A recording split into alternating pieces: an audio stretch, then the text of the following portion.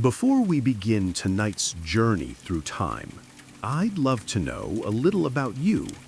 Where in the world are you listening from? And what time is it where you are right now? Share it in the comments below. It's always fascinating to see how far our little midnight circle reaches. Now, settle in, take a deep breath, and let's drift together into the echoes of history. From towering medieval castles to the grand feasts of ancient Rome, and even the mysterious ink that once adorned Viking women's skin. Before castles became romantic ruins for tourists and Netflix dramas, they were Europe's way of saying, "We've completely given up on peace." After Rome collapsed, civilization took a several hundred-year nap. The continent turned into a free-for-all of raids, revenge, and bad personal hygiene. Everyone with a sword wanted land, and everyone with land wanted walls. Thus, the Motte and Bailey was born, a wooden fort on a man-made hill, surrounded by a fence because nothing says impenetrable defense like slightly elevated lumber. These forts were cheap, fast, and about as durable as a breadstick. Fire was their greatest enemy, followed closely by wind and the occasional angry goose. If a rival lord didn't burn it down, the weather eventually would. Medieval builders called them temporary. Raiders called them kindling. Eventually, someone had the revolutionary idea that maybe, just maybe, buildings designed to survive attacks shouldn't be flammable. Enter stone, the medieval version of an upgrade patch. Stone didn't burn, didn't rot, and looked intimidating enough to make peasants stop asking for raises. But stone came at a price. It was expensive, heavy, and required a small army of masons, engineers, and disposable laborers. Construction could take decades, which was fine because most lords didn't plan to move anyway. And once finished, that stone keep was more than just a fortress. It was the medieval equivalent of posting, "I own this valley," and possibly "God favors me." The Normans took this to Olympic levels. After invading England in 1066, they built castles everywhere, sometimes just to mark territory, sometimes just for the fun of scaring locals. It's estimated that within a century, there were over 1,000 stone castles dotting the landscape, all declaring, "Welcome to feudalism, population you." Early stone castles were ugly, but effective. No comfort, no plumbing, and windows smaller than your phone screen. There were fortresses first, homes second, and damp caves third. But they worked, because nothing says "do not invade" quite like a wall thick enough to outlive your grandchildren. The wooden fort had been humanity's hopeful shrug. The stone castle was its grim, magnificent middle finger. Once the first stone castles rose, medieval lords realized something crucial.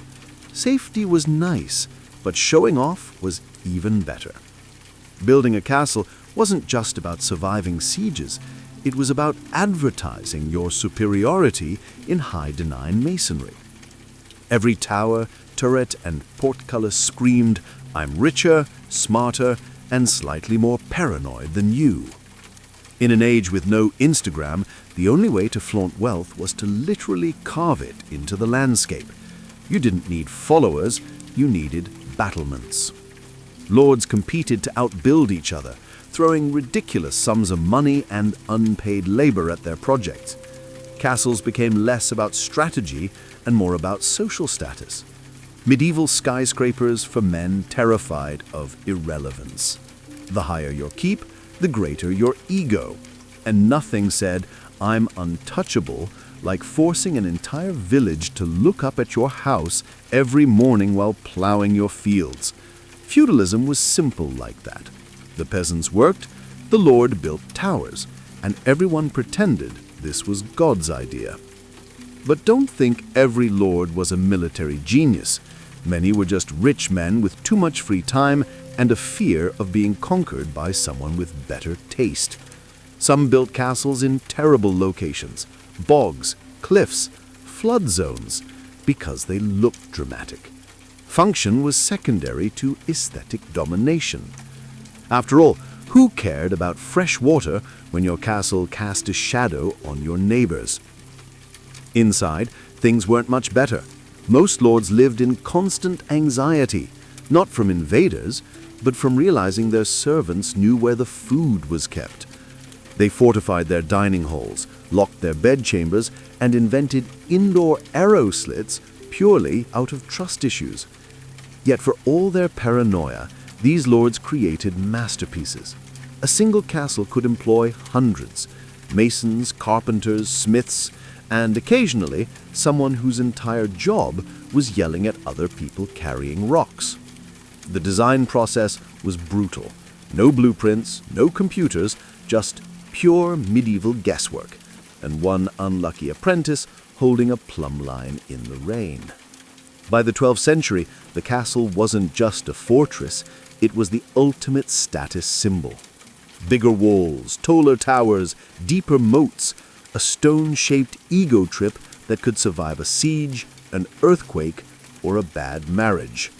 And the message was clear: come for me if you dare. Just remember, my walls have walls. In the Middle Ages, one architectural rule reigns supreme. If you're going to build a castle, put it somewhere annoying, preferably on a hill, steep, windy, and absolutely miserable to reach. Why? Because gravity, that ancient and unpaid bodyguard, worked best when it was on your side.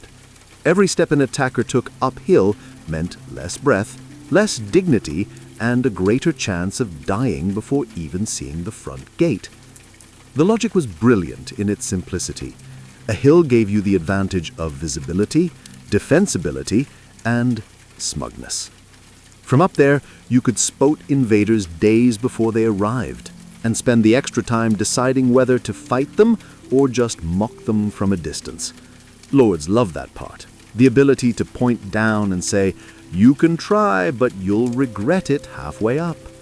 But while it made sense strategically, it was pure suffering for everyone else. The builders hauling tons of stone up goat paths cursed the day their lord learned about elevation.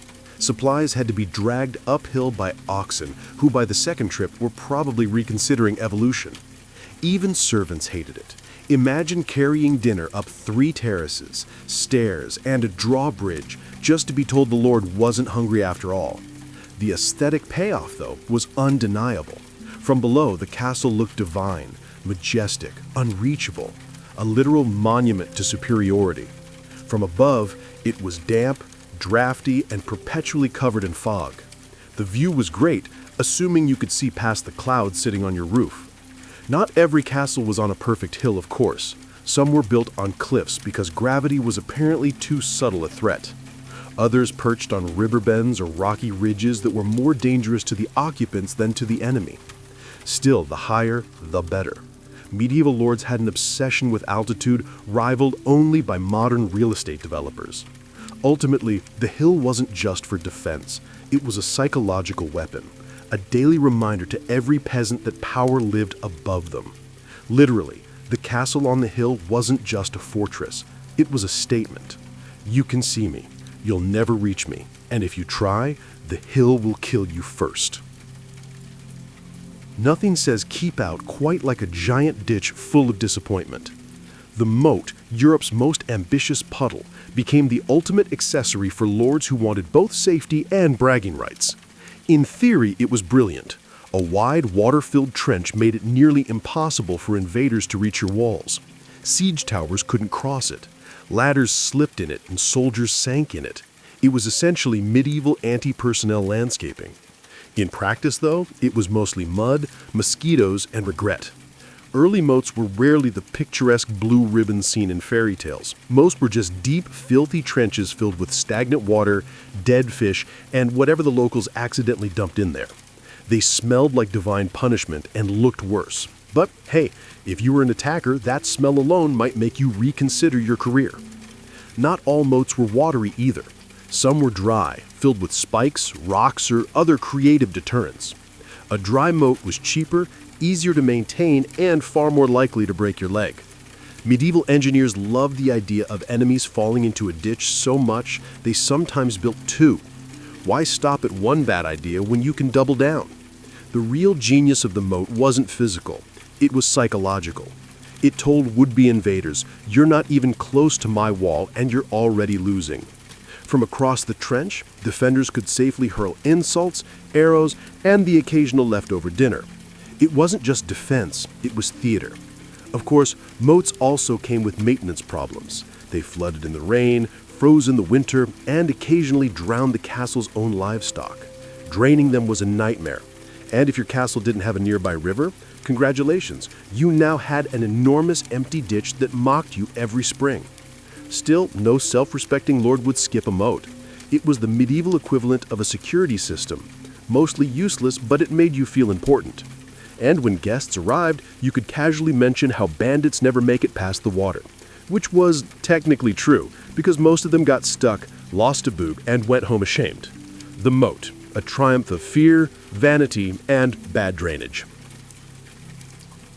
In the medieval world, the gatehouse was the architectural equivalent of a fake smile. Polite on the outside, murderous on the inside. It looked like an entrance, but it was really a trap disguised as courtesy. Every castle had one. You'd see it from afar. Tall towers, banners flying, drawbridge down, sunlight glinting on stone, and think, wow, what a welcoming sight. 5 minutes later, you'd be lying under it, full of arrows and regret. The gatehouse was a masterpiece of defensive psychology. It combined deception, geometry, and gravity in ways only a paranoid medieval architect could appreciate. The moment an invading force crossed the drawbridge and entered the tunnel, the trap closed. Portcullises dropped, gates slammed shut, and suddenly, congratulations, you were in a stone hallway designed to kill you. Above you, murder holes, charmingly named openings through which defenders could drop rocks, boiling oil, or on budget days, just anything heavy. On both sides, arrow slits allowing crossbowmen to turn that confined space into a medieval blender. The gatehouse was less an entryway and more an automated shredder powered by human screams. Defenders loved it. Attackers hated it.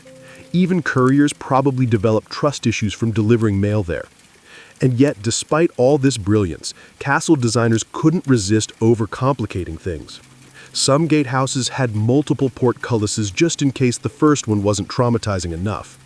Others featured drawbridges over secondary moats, forcing attackers to juggle ladders, siege towers, and self-esteem simultaneously. But the best part? The gatehouse doubled as living quarters for the guards. Yes, the same place where boiling oil occasionally rained from the ceiling was also someone's office. Imagine trying to sleep, knowing that at any moment your ceiling hatch might open and a flaming boulder might roll through.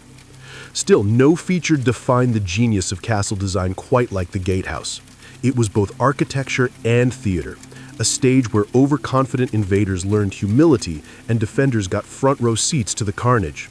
The drawbridge may have said welcome, but the gatehouse always followed up with, just kidding. It was the medieval version of customer service. Polite until you tried to enter without permission. Nothing in a medieval castle was built by accident, especially the stairs. Those narrow, twisting, ankle-breaking nightmares that made you question both gravity and God. They weren't bad design. They were genius cruelty carved into stone. Most castle staircases spiraled clockwise going up. To the average medieval visitor, that meant inconvenience. To a defender, it meant physics with a vendetta. Since most soldiers were right-handed, attackers climbing upward found their sword arms pinned to the central column, while defenders above could swing freely. It was the architectural equivalent of fighting someone in a hallway shaped like a corkscrew. You were doomed before you started. These weren't comfortable broad stairs either. Each step was uneven in height and depth, perfect for tripping anyone foolish enough to run.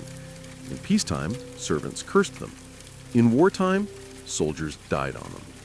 Either way, the builder got his money's worth. And just to add insult to injury, staircases in castles almost always narrowed as they rose. That made it impossible for more than one attacker to climb at a time, essentially a medieval version of take a number. If you were lucky enough to make it to the top, you're exhausted, dizzy, and already halfway through your life expectancy. Some castles even reverse the spiral direction in different towers just to confuse invaders. Imagine breaching a fortress after days of siege, sprinting up a staircase, and realizing halfway through your sword no longer fits the geometry. That's not just defense, that's psychological warfare with steps. It wasn't all about combat, though. Spiral staircases were space efficient, tucked into towers and keeps like stone tornadoes. They saved room for more essential things, like storage, bedrooms, or, more murder holes. Of course, living with them was less glorious. Lords, servants, and guests climbed these medieval vertigo machines daily, often while carrying food, armor, or chamber pots. Slipping wasn't just embarrassing, it was potentially fatal. Still, the spiral staircase endures as one of the most diabolically clever inventions in history, an elegant blend of mathematics, murder, and inconvenience. In short, it wasn't bad design, it was bad intent. If you've ever toured a castle and wondered why the windows are so tiny, congratulations, you've just spotted the medieval version of a machine gun nest. Those narrow gaps in the wall weren't for sunlight or fresh air, they were arrow slits, and they turned archery into an art form of casual homicide. On the outside, they looked like paper-thin cracks, barely wide enough for a dagger blade, but step inside, and you'd see the brilliance. The slits were wide on the interior, giving archers plenty of room to aim while keeping themselves nearly invisible to the enemy. It was the architectural equivalent of trash talk with no consequences. Attackers could shoot thousands of arrows toward the wall, and 99% of them would just ping off the stone. Meanwhile, the defender inside, dry, smug, and slightly underpaid, could calmly return fire with pinpoint precision. It was medieval efficiency at its finest. One man, one slit, and dozens of new ventilation holes in the enemy ranks. And they weren't all simple vertical cuts either. As siegecraft evolved, so did the slits. Cross-shaped openings for crossbows, circular holes for early firearms, and even angled designs for covering specific approach routes. The medieval architect wasn't just building walls, he was designing an interactive experience of despair for invaders. Of course, all this came with side effects. Castles were dark and cold because sunlight was basically outlawed in favor of defense. Inside, you'd bump into walls, furniture, or other people long before you saw them. And when the enemy wasn't attacking, those same arrow slits were just great ways to let in rain and drafts. Still, they worked. A handful of archers could hold off entire armies, protected by geometry and good craftsmanship.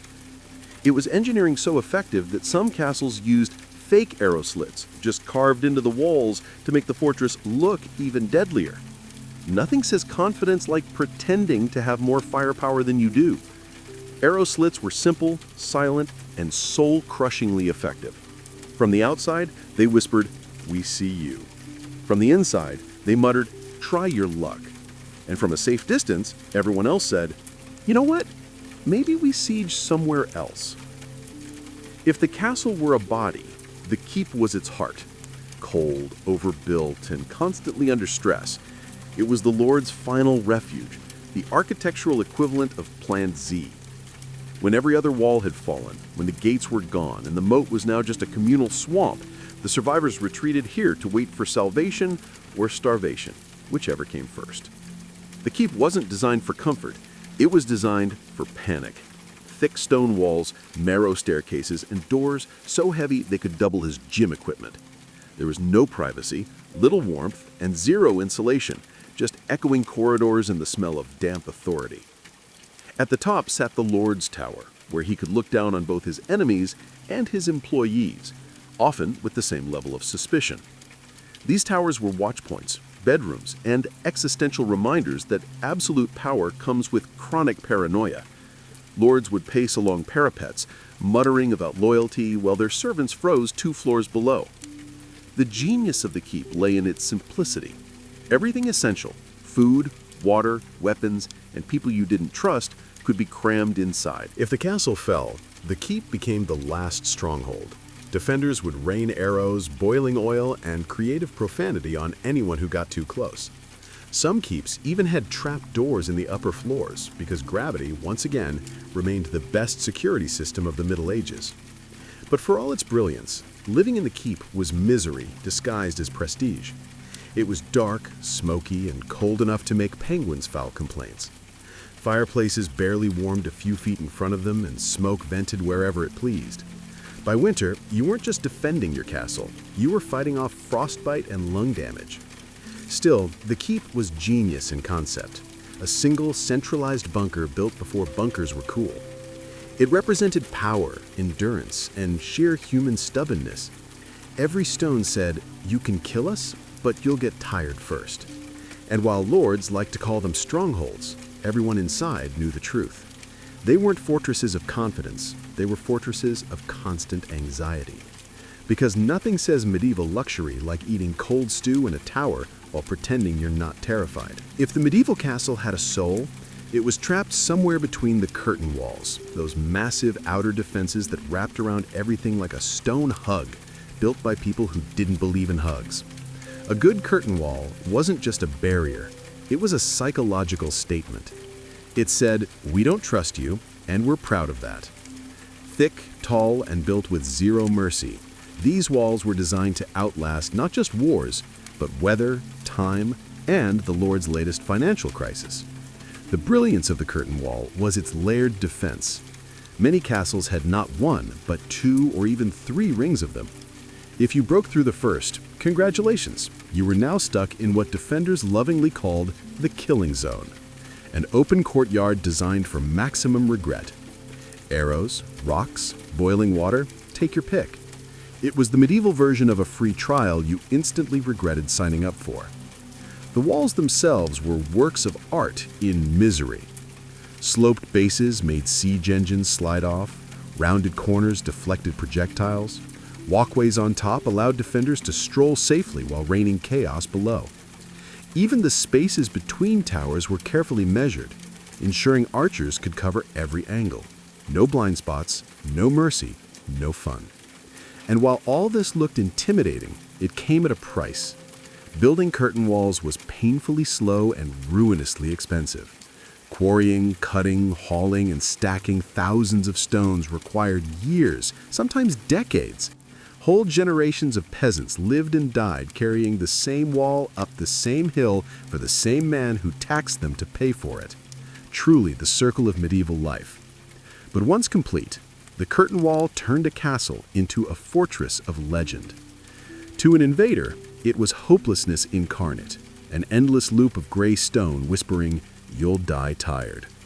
To the Lord, it was art, the physical manifestation of pride, paranoia, and perfect symmetry. And to everyone else, it was just another reminder that medieval architects were equal parts mathematicians and psychopaths. Because no matter how impressive your siege engine was, the curtain wall always had the last word. That word was denied. If the castle was the masterpiece of medieval defense, the siege was the messy fan art trying to destroy it. Every wall, tower, and gate inspired new ways to break them, and thus began the most underrated scientific rivalry of the Middle Ages: engineers versus gravity. Early attackers relied on enthusiasm and bad ideas, mostly ladders. A few brave souls would sprint toward a 40-foot wall holding what was basically a tree branch, hoping the laws of physics were on vacation. They usually weren't. After enough broken spines, someone finally said, "Let's use math." Enter the trebuchet, the Middle Ages answer to, what if we built a catapult that could ruin a city's day from half a mile away? Using counterweights, leverage, and pure spite, these machines could fling 300-pound stones with terrifying accuracy. Entire teams of engineers were devoted to calculating angles, mass, and velocity, turning destruction into geometry homework. Then came the battering ram, which was less scientific but equally expressive. A giant log on chains swung rhythmically against a gate until something, usually the soldiers, gave up first. The psychological impact was devastating. Imagine spending years building the perfect door, only to hear it splinter under the weight of medieval teamwork. Defenders, of course, fought back with equal creativity. They poured boiling water, hot sand, or oil from the murder holes, whichever was cheapest that week. Some even built secondary walls inside the first, forcing attackers to start over like a sad historical rerun. But for all their intelligence, medieval siege tactics were also hilariously slow. Some sieges lasted months, others years. Entire armies would camp outside a castle watching the defenders grow thinner and angrier until both sides simply got bored and signed a truce. In many cases, hunger won before heroism did. Still, every siege taught something new. How to build better walls, stronger bridges, smarter angles. The arms race between stone and science shaped centuries of warfare. It was never about strength alone. It was about who could think faster, aim better, and get the math right before running out of food. And thus, medieval warfare proved what students still know today. Math hurts. From the outside, a medieval castle looked majestic. Towering walls, fluttering banners, the very image of power. Inside, it was basically a damp refrigerator filled with shouting people and questionable hygiene. Life in a castle wasn't glamorous. It was loud, cold, and perpetually smoky. The walls that stopped catapults also trapped drafts and cooking fumes. Every room smelled faintly of wet stone, wood smoke, and the faint despair of everyone who couldn't afford to leave. The grand great hall where lords feasted and made speeches was the heart of it all. And by heart, we mean chaotic open-concept nightmare. It doubled as dining room, courtroom, party venue, and occasionally battlefield. Dogs wandered freely, servants tripped over armor, someone was always yelling about taxes, and someone else was always asleep under a table. Heat was a luxury. Fireplaces the size of small houses struggled to warm even a few feet of space, while everyone else huddled near the flames, smoking their lungs before winter could finish the job. Windows. Tiny slits, good for archery, useless for light. Candles helped, but only if you enjoyed fire hazards. The toilets, or guard robes if you want to sound classy, were basically holes in the wall with a drop straight down the side of the castle.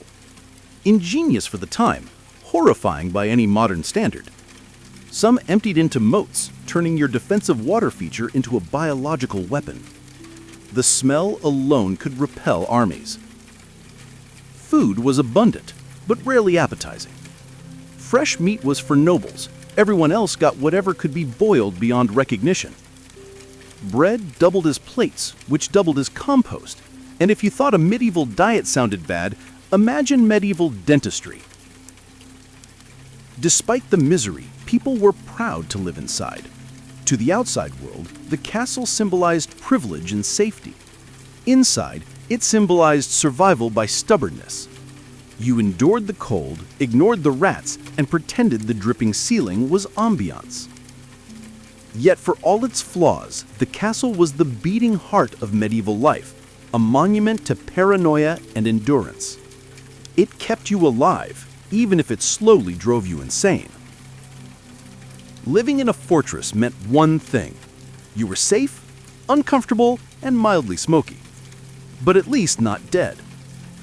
Castles weren't just fortresses. They were reminders. Massive, immovable, impossible to ignore. Every stone whispered the same message.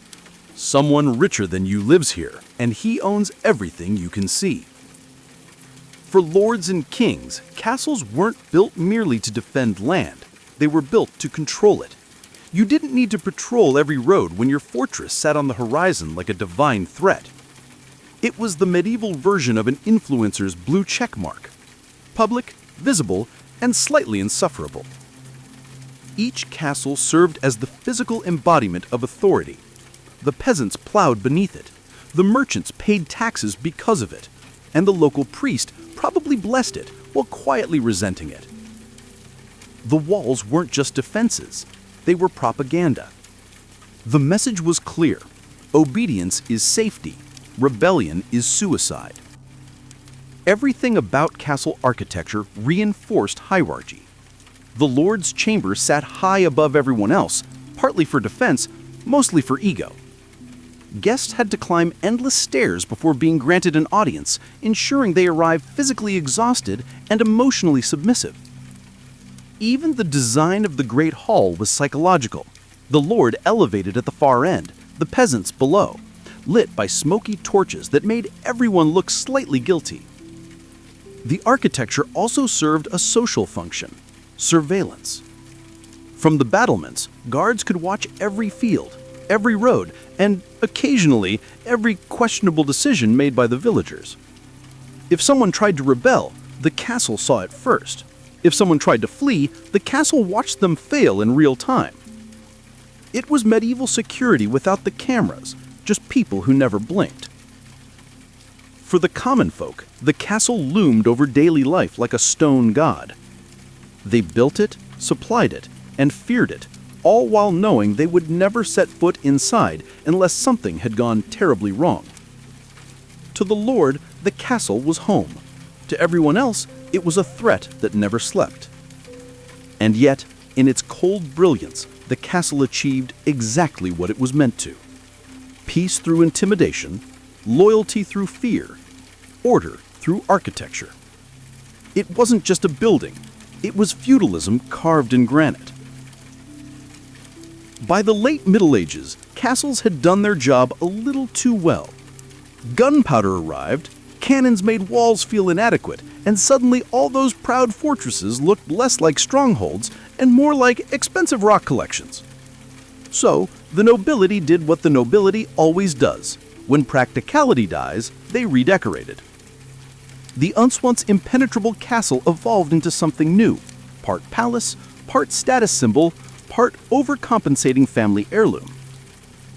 Thick walls no longer needed to repel trebuchets, so architects filled them with luxury, or at least the medieval approximation of it. Curtains, carpets, windows that actually opened. The horror! Defensive towers became bedrooms. Moats turned into gardens. Arrow slits widened into scenic views. A bold decision that would have made earlier generations of lords physically ill. Where once poured boiling oil, now poured imported wine. What was once a fortress became a fashion statement. The new buzzword was comfort. Central fireplaces spread warmth instead of smoke. Tapestries covered stone walls, partly for insulation, partly to remind guests that their host could afford someone else's embroidery. Kitchens grew bigger, not to feed armies, but to roast peacocks for dinner. The feudal age of fear was slowly being replaced by the Renaissance age of showing off. Of course, some lords couldn't quite let go of tradition. They still built mock battlements and fake arrow slits, not for defense, but for aesthetic intimidation. Nothing says wealth like a decorative murder hole. These castles were less about surviving a siege and more about surviving social judgment. By the 15th century, the castle had officially retired from warfare and joined the world of architecture as historic luxury housing.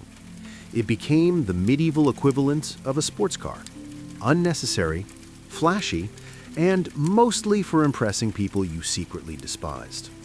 But there was genius in this evolution. The medieval castle, born from chaos and fear, had reinvented itself as art. No longer a fortress of war, now a fortress of taste. It stood as a monument to humanity's favorite pastime, turning survival into style. And while the cannons roared outside, inside the lords were too busy discussing tapestry color schemes to notice. For nearly 5 centuries, castles had been Europe's unbreakable insurance policy. Stone giants laughing at ladders and sneering at siege towers. Then one day, someone rolled up with a cannon and said, "Try me." Gunpowder changed everything. Those thick, glorious walls that had deflected rocks for generations suddenly folded like stale bread. What used to take months of siege could now be done in an afternoon with enough gunpowder and optimism. Medieval warfare evolved overnight, and castles, the ultimate defensive invention, went out of style faster than chainmail underwear. The irony was brutal. The stronger the castle, the louder it exploded. Builders had spent centuries perfecting geometry and gravity, and now both betrayed them. Cannonballs turned pride into rubble, towers into confetti, and keeps into smoking echoes of, well, that escalated quickly. Lords tried to adapt. They lowered walls, widened moats, and built earthen ramparts to absorb blasts. But by the 16th century, the writing was on the wall, and the wall was on the ground. The age of stone had given way to the age of science. As castles fell, palaces rose. If you couldn't defend your wealth, you might as well flaunt it. Architects traded battlements for balconies, arrow slits for stained glass, and drawbridges for decorative fountains. Power was no longer measured in fortifications. It was measured in chandeliers. The feudal lord was slowly replaced by the bureaucrat with better lighting. The old castles, once roaring with soldiers and smoke, turned into ruins, silent monuments to paranoia and craftsmanship. Some became prisons, others monasteries, and many just crumbled into scenic tourist attractions. Peasants who had once trembled at their shadows now picnicked in their courtyards. The fall of the castle wasn't a failure of design. It was a success of progress. Humanity had simply outgrown its stone cages. Cannons didn't just end sieges, they ended an era. And yet, even in ruin, castles refused to vanish. They lingered like proud ghosts of an age that refused to be forgotten. Because even when you blow them up, you still look up. That's the power of a castle. It never truly falls. It just waits for the next century to admire it. The castles may have fallen silent, but their stones never stop talking.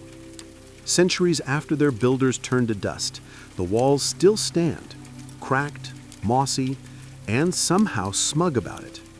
They've survived wars, kings, tourists, and teenagers with spray paint. Not bad for buildings originally designed by people who thought bathing was suspicious. The legacy of castles isn't just military, it's psychological. They taught Europe how to think in stone. Every wall was a lesson in patience, every tower a statement of fear disguised as confidence. They weren't just fortresses, they were therapy sessions for an anxious civilization. Even in ruin, they command respect. Stand inside one today, beneath the cold archways, among the arrow slits and echoing halls, and you can feel it. The sheer weight of human paranoia, ambition, and craftsmanship pressing down on you. It's like history itself whispering, "You would have died here." Modern architects still borrow from them. Symmetry, grandeur, vertical dominance. Skyscrapers are basically castles that discovered glass. Corporate headquarters, too. Fortresses built to intimidate, not defend. The same instincts that shaped medieval battlements now shape office towers. Keep the power in, keep everyone else out. But beyond the symbolism, castles endure because they capture something primal. The human need to build something that says, "I was here." Lords, peasants, masons, all of them chasing immortality one stone at a time. Every brick was a defiance of time, an attempt to outlast the chaos that built it. And somehow it worked. Today they're backdrops for weddings, video games, and slow-motion drone footage, repurposed relics of human stubbornness. We romanticize them, pretending the past was noble and the drafty rooms were charming. The truth is simpler. Castles weren't magical, they were necessary, and in their necessity, they became beautiful. So as the wind howls through ruined towers and tourists snap selfies where knights once panicked, remember this: castles were never about perfection. They were about survival, dressed up as art. They were fear turned into architecture. And in their silence, they remind us of something we keep forgetting, that even the strongest walls eventually crumble, but the idea behind them never really dies. When people hear the words Roman orgy, they imagine rooms filled with excess, wine spilling, music echoing, and everyone losing control. But the truth is far less wild and far more political. Much of what we picture today came not from first-hand accounts, but from the pens of moralists, satirists, and Rome's political enemies. To them, accusing an emperor of indecency was the ancient equivalent of a smear campaign. The Roman word convivium simply meant a banquet, a formal dinner where elites gathered to eat, debate, and build alliances. These meals could be lavish, yes, but not all were scandalous. The ancient historian Pliny described dinners that ended early with measured drinking and intellectual talk. Only at the very top of society did some feasts cross into spectacle. The idea of a Roman orgy, as later imagined, was an exaggeration, often designed to make powerful figures seem corrupt or unfit to rule. Writers like Suetonius and Tacitus described the darker side of certain emperors: Caligula's unpredictable cruelty, Nero's dramatic performances, and Elagabalus's love of ritual excess. But even these accounts must be read with skepticism. These authors served senatorial audiences who often despised the emperors they described. If Caligula invited nobles to a private feast, it could be reported as a night of sin, whether it was true or not. In Rome, perception was a weapon sharper than any sword. That's not to say Roman feasts were innocent. They were stages of power. A host's wealth was displayed through imported delicacies, flamingo tongues, sea urchins, or honeyed dormice. Guests reclined on couches, slaves served wine, and musicians performed. Yet beneath the perfumes and laughter, every conversation was political theater. Friendships were negotiated, alliances forged, and rivalries exposed. Pleasure, in this sense, was a form of influence. Over time, later cultures, especially during the Christian era, used tales of Roman orgies as moral warnings. They became symbols of pagan corruption, not historical accounts. The legend of endless debauchery stuck because it was useful. It made the fall of Rome seem like divine punishment for excess. In reality, most Romans saw restraint, not indulgence, as the ideal. What we remember as wild abandon was often just exaggerated gossip from a civilization obsessed with appearances, ambition, and the fragile dance between reputation and desire. Every Roman banquet, from the grandest imperial feast to the humblest senator's dinner, was a performance, a silent war fought with glances, gestures, and goblets. To be invited was a privilege, but also a test. The host displayed power not through words, but through extravagance. From the marble floors to the imported spices, every detail whispered one message: I am wealthier, more cultured, and more connected than you. For the elite, food was a political weapon. A well-timed dinner could secure loyalty, silence an enemy, or show off imperial favor. The closer your couch was to the host, the higher your social standing. A bad seat, or worse, an empty invitation, could end a career. Roman etiquette was merciless. Cicero once complained that being served lukewarm wine was a personal insult. The dining room, known as the triclinium, wasn't merely a place to eat, it was a theater of dominance. Wine, the symbol of Roman sophistication, flowed freely but carried danger. Too much could loosen tongues and reveal secrets. A witty toast could earn applause. A clumsy one could destroy a reputation. Roman elites were expected to strike a balance between pleasure and decorum, displaying indulgence without losing control. That tightrope walk defined the Roman ideal: luxury under discipline. Entertainment was part of the strategy. Poets recited verses, dancers performed, and sometimes exotic animals or jesters amused the guests. But it wasn't all laughter. Senators whispered about legislation, generals traded favors, and rivals subtly undermined each other through jokes disguised as compliments. In a society obsessed with hierarchy, a banquet could determine who rose and who fell. Yet behind the glamour, inequality was stark.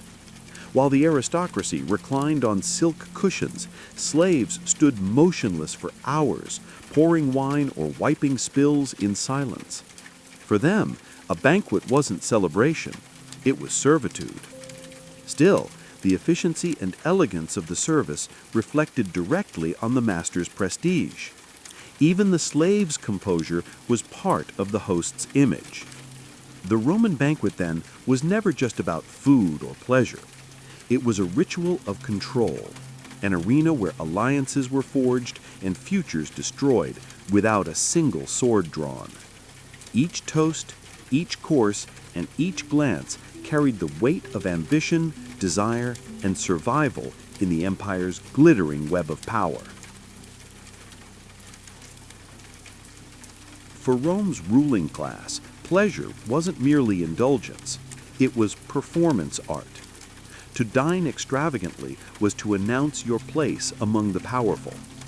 Emperors, senators, and wealthy patrons understood that their reputations were built not just in the forum, but at the table. Here, the art of feasting blended seamlessly with the art of manipulation. Every detail of a banquet spoke volumes. The cut of a guest's tunic, the rarity of the dishes, even the fragrance of the incense hinted at influence and refinement. A clever host could use these elements to send coded messages, demonstrating both wealth and restraint, generosity and control. True sophistication lay in knowing how far to go. Too modest, and you risked seeming weak. Too lavish, and whispers of decadence could spread through the city like wildfire. Nero, for example, mastered this delicate balance until he didn't. At first, his feasts dazzled Rome with music, poetry, and innovation. He encouraged artistic display and surrounded himself with the city's creative elite. But as paranoia grew, his banquets turned theatrical in the worst way. Guests feared that one wrong word could turn a night of pleasure into a public humiliation, or worse, a death sentence. Pleasure under Nero became performance under threat, where laughter was forced and loyalty measured in applause. For the Roman elite, even acts of intimacy had political meaning. A well-placed affair or a whispered rumor could shift alliances faster than a law ever could. Women of noble birth, often dismissed by male historians, played crucial roles at these gatherings. Their influence, charm, and intelligence could elevate their families or ruin their rivals. Behind the polished silver trays and flowing wine, Rome's social machinery was in motion, subtle, dangerous, and endlessly calculating. Yet this obsession with image was not purely cynical. Many Romans saw pleasure as a path to divine connection. To experience joy, beauty, and abundance was to honor the gods who provided them. The convivium wasn't just a party. It was a reflection of cosmic order, where harmony, balance, and abundance symbolized a prosperous empire. Still, the line between sacred and sinful blurred easily. For every guest who sought refinement, another sought escape. In those candlelit rooms, surrounded by laughter and power, Rome's greatest virtue, self-control, was constantly at war with its deepest temptation, excess. When Gaius Caesar, better known as Caligula, rose to power, Rome expected another Caesar Augustus, a restorer of order after years of intrigue.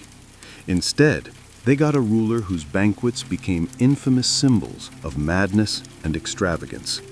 But beneath the scandalous rumors, his feasts reveal how the Roman elite used pleasure as political theater, and how absolute power could twist entertainment into intimidation. Caligula's dinners were not simple meals. They were performances meant to display divine authority. Guests reclined beneath gilded ceilings, while perfumes filled the air. Fountains flowed with wine and dishes of rare delicacies. Peacock brains, flamingo tongues, and pearls dissolved in vinegar graced the tables. Every bite screamed of excess, but it was also propaganda. Caligula wanted his guests to see him not as a mortal emperor, but as a god among men. The spectacle reminded them that he controlled not just the empire's wealth, but their very comfort. Ancient sources like Suetonius and Cassius Dio painted these scenes as debauchery, but their motives were political. Both wrote long after Caligula's death, serving senatorial audiences eager to vilify tyrants. What they called immorality might often have been theatrical arrogance, a young emperor mocking the stiffness of Rome's traditions. Still, there's no denying that his feasts carried menace. It was said he invited senators' wives and mocked their husbands openly, blurring the boundary between hospitality and humiliation. For those present, every toast was a test of loyalty. To refuse a dish or hesitate to praise his performance risked offense. To flatter too eagerly risked ridicule. Survival required the precision of a poet and the patience of a slave. Many left the emperor's table smiling outwardly while trembling within. Behind the laughter, Rome's power structure was on display. The feast was Caligula's stage, and everyone else was an actor in his divine farce. By controlling indulgence, he controlled fear, and by mocking virtue, he reminded the Senate that he stood above their judgment. Whether or not every rumor was true, Caligula's banquets marked a turning point in Roman culture. They transformed the convivium from an elegant gathering of minds into a living metaphor for imperial corruption, where pleasure, politics, and paranoia mixed like wine and poison in the same golden cup. If Caligula turned the Roman banquet into a weapon, Nero turned it into a stage. No emperor blurred the line between art and appetite more completely. He fancied himself a performer, a poet, and a visionary. His banquets were not just about food. They were carefully crafted spectacles where guests became both audience and props in his grand self-directed drama. Nero's banquets often began with breathtaking theatricality. Rooms shimmered with candlelight reflecting off gilded ceilings. Perfumed petals drifted from hidden openings, while musicians played as guests reclined on couches of ivory and silver.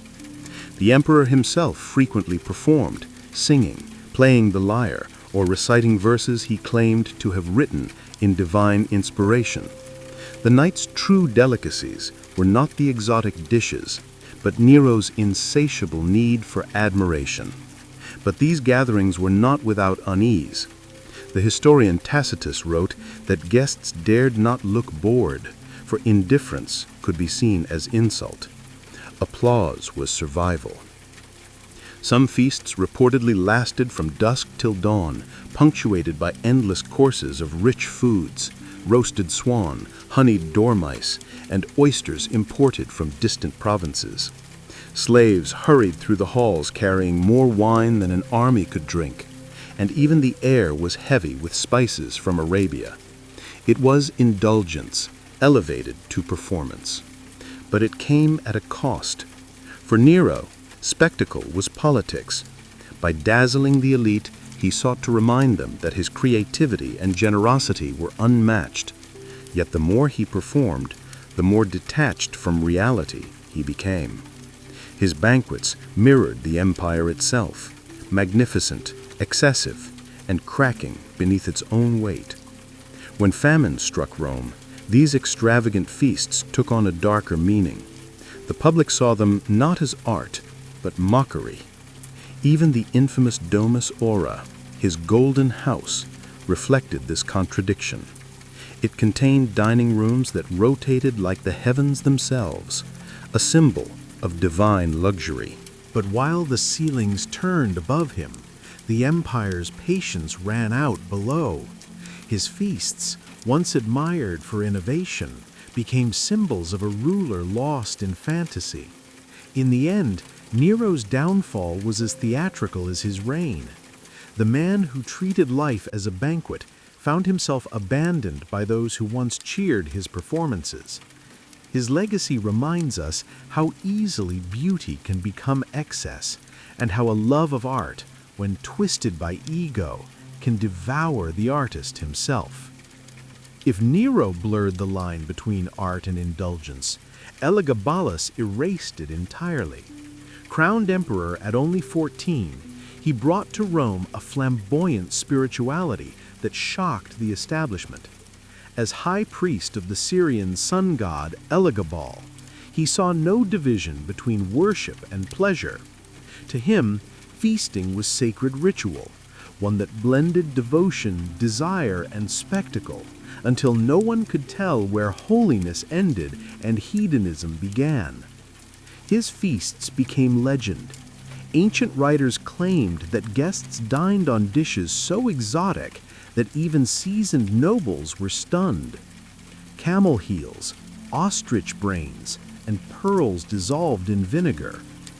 Flower petals rained from the ceiling in such abundance that some guests reportedly suffocated beneath them. A story likely exaggerated but too striking to forget. Elagabalus adored shocking the elite. He would seat the most conservative senators next to performers, soldiers, and foreign priests, turning Rome's rigid hierarchy into a chaotic carnival. But beneath the absurdity was a strange kind of philosophy. Elagabalus believed that pleasure itself could be divine. By surrounding himself with beauty, art, and sensation, he thought he was honoring the gods who created them. His feasts, then, were not simply acts of excess, they were performances of cosmic unity. Unfortunately for him, Rome was not ready for such flamboyant devotion. What he saw as religious ecstasy, his subjects saw as madness. His disregard for Roman tradition went deeper than cuisine. He replaced Jupiter's statues with his own deity symbol, married multiple times, and invited women and eunuchs to positions of influence. To conservative senators, these acts were unthinkable. His feasts became shorthand for chaos. An emperor too young, too foreign, and too reckless to rule.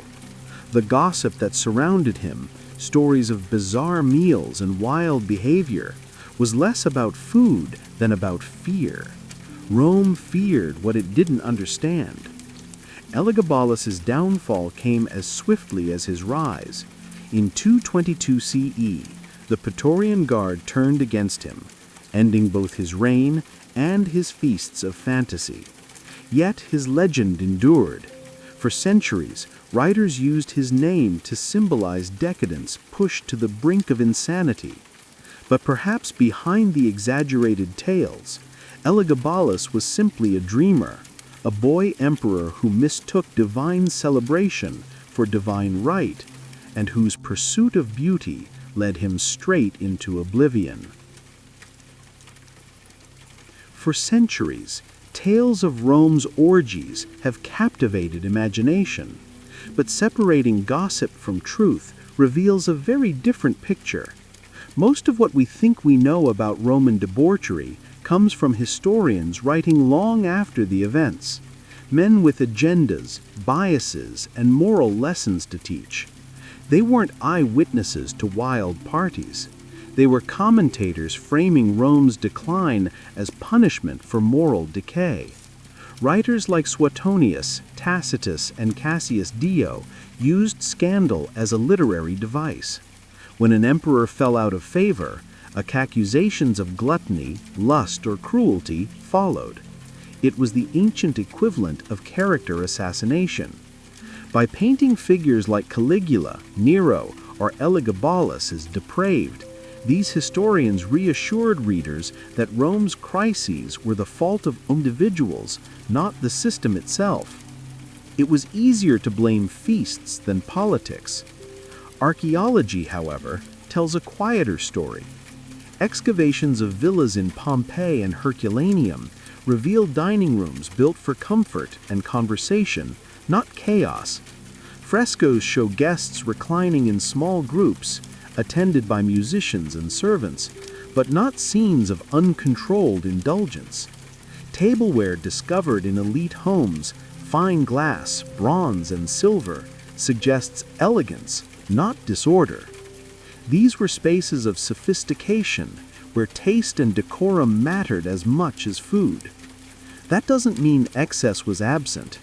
Roman elites loved luxury and competition. They collected spices from Arabia, silks from China, and wine from distant provinces.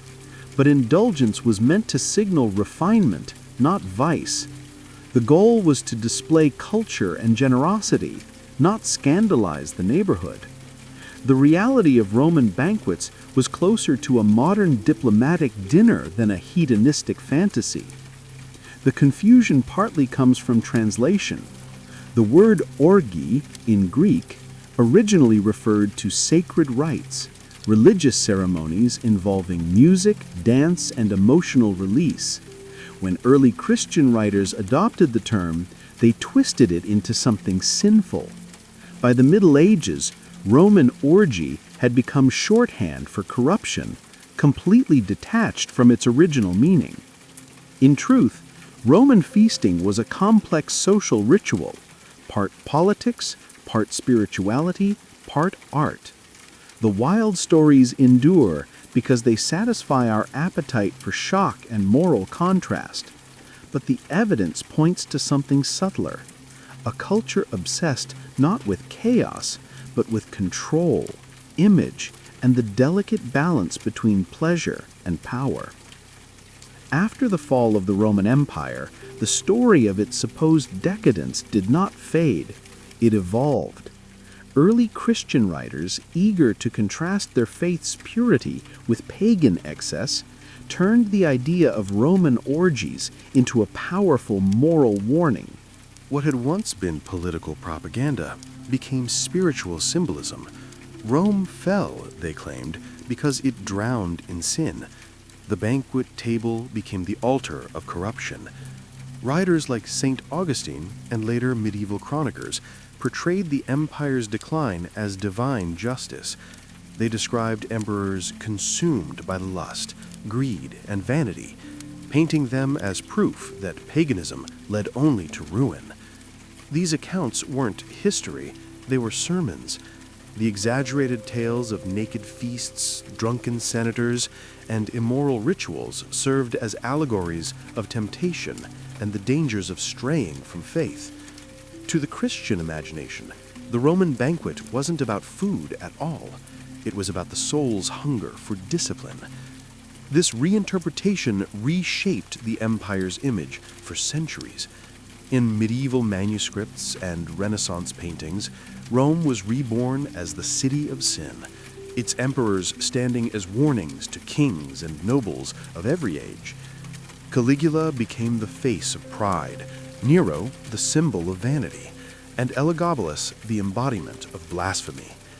The historical nuance of politics and performance was erased, replaced by spectacle, vivid, moral, and unforgettable. By the time Enlightenment scholars revisited ancient sources, the damage was done.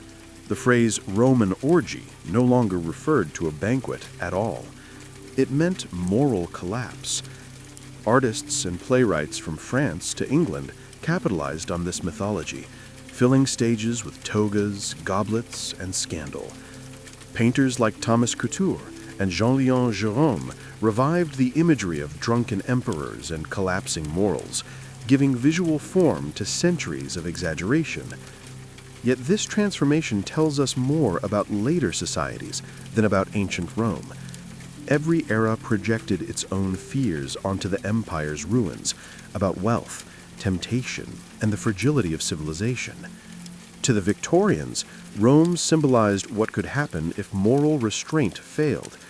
To modern audiences, it represents the allure of forbidden pleasure. Thus, the myth of the Roman orgy survived not because it was true, but because it was useful. It became a mirror through which every age could examine its own desires and its own hypocrisy, while pretending to look only at the past. By the time the myth of the Roman orgy reached modern ears, it had traveled through nearly 2,000 years of distortion. What began as political rumor and moral storytelling had become a cultural shorthand for decadence.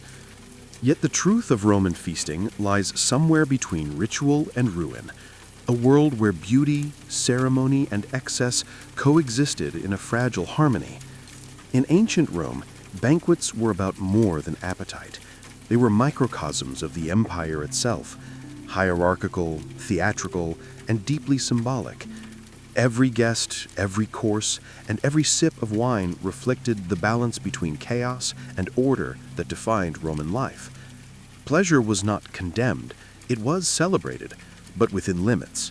To eat and drink well was to honor the gods, one's ancestors, and the prosperity of Rome itself. Even the most luxurious feasts were governed by etiquette, structure, and meaning. Yet that balance was constantly at risk. When emperors like Caligula or Nero crossed the line between elegance and spectacle, their banquets became metaphors for the empire's own instability. Power turned ritual into farce. What began as harmony devolved into hubris, and hubris demanded punishment. The feast became an omen, a reminder that unchecked indulgence could devour even the mightiest civilization. Still, not all was decay. The Roman world gave birth to extraordinary culinary innovation, artistic refinement, and architectural grandeur. Dining rooms were adorned with mosaics of myth and nature. Music and poetry filled the air.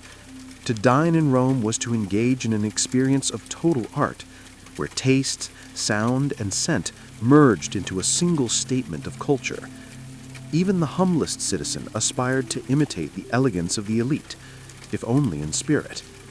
The ideal Roman sought moderation, temperantia, the virtue of balance.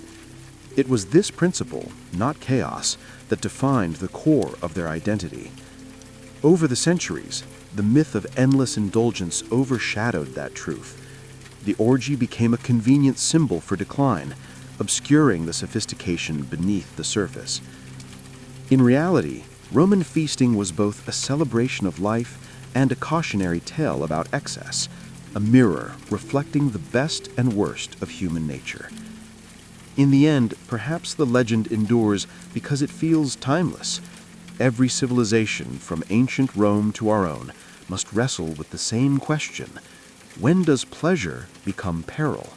And when does abundance turn into its own undoing?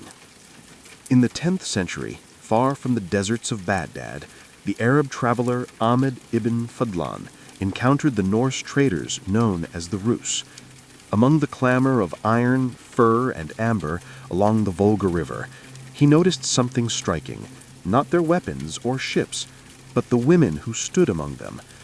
He wrote that these Viking women were adorned from the tips of their fingers to their necks with dark blue and green marks. To him, they seemed both mysterious and regal, bearing stories carved in skin. These markings were more than decoration. In Norse culture, identity and faith intertwined so closely that the body itself became a living testament to both. A tattoo could declare one's lineage, devotion, or power, much like a saga told without words. Lines wound around arms like runic prayers. Spirals across the chest resembled the turning of the seasons or the spinning of fate. For Viking women, these designs likely reflected not vanity, but belonging to a clan, to a god, to the ancient rhythm of survival. The colors Ibn Fed described were also significant. The deep blue-pink, likely made from ash, soot, or crushed copper salts, symbolized endurance and divinity. In Norse myth, blue was the color of ice and wisdom, associated with Odin's all-seeing eye and the eternal northern sky. To wear that hue was to wear a fragment of the world itself, to let one's flesh mirror the vastness of creation. The green tones may have been linked to fertility, growth, or the goddess Freya. protector of women, love, and beauty. Archaeological evidence is scarce, since skin does not survive the centuries. Yet fragments of tattooing tools, pigment stones, and carved combs suggest the practice was real and likely widespread. In Viking burials, scholars have found symbols carved into wood and metal that echo the same patterns described by Ibn Fedlin: loops, vines, and serpents devouring their own tails. These designs, whether on skin or stone, shared one message: that life and death were woven together in an unbroken circle. To the Norse, beauty was not fragile, it was fierce. And for their women, these tattoos were not rebellion or vanity. They were declarations of faith, memory, and endurance, marks of identity that would outlast even the snow and the centuries. To the Vikings, the body was not a blank canvas, it was a message. Every scar, braid, and bead told a story, and tattoos were the most permanent of all. For Viking women, body art functioned as both ornament and oath. It was how they carried the unseen, heritage, protection, and emotion into the visible world. A tattoo could mark a woman's ancestry as clearly as a family crest. In a culture where oral history replaced written records, the skin became a living archive. A winding line across the wrist might represent a family's voyage across the sea. A knot around the neck could symbolize eternal loyalty to kin. These designs were not random. They were storytelling through geometry, where every twist echoed myths of fate and rebirth.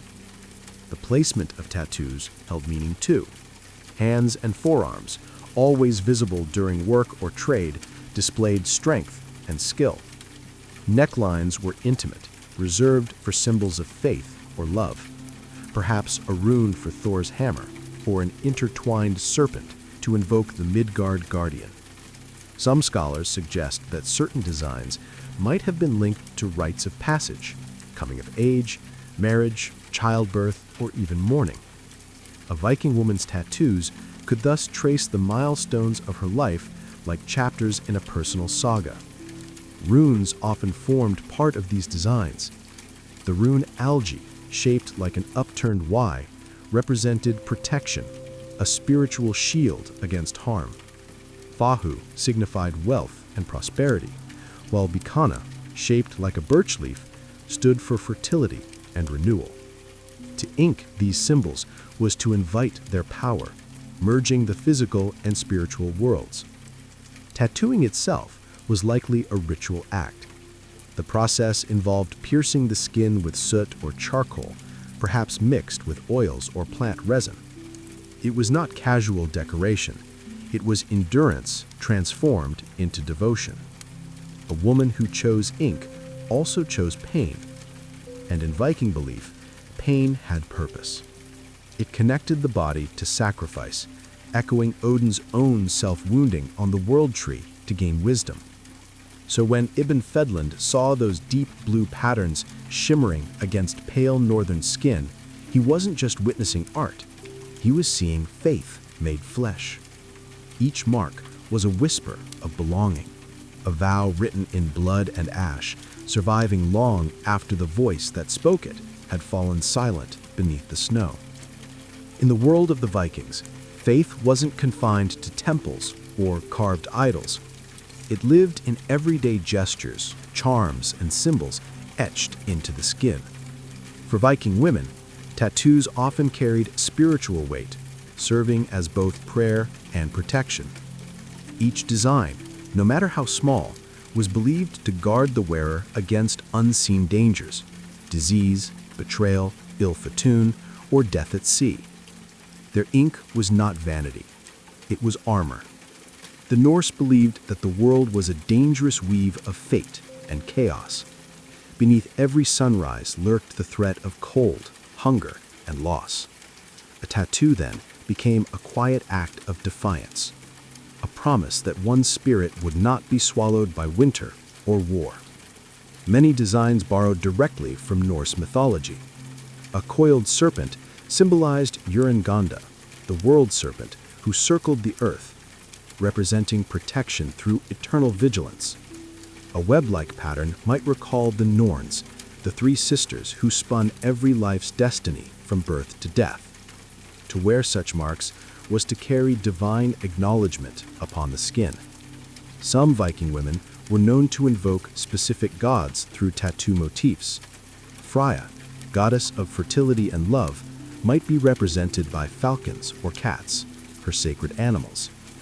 Thor's hammer, Mjolnir, appeared as a rune or charm against evil forces. Odin's symbols, especially the Volknut, three interlocked triangles, were worn by those seeking wisdom, courage, or a peaceful death.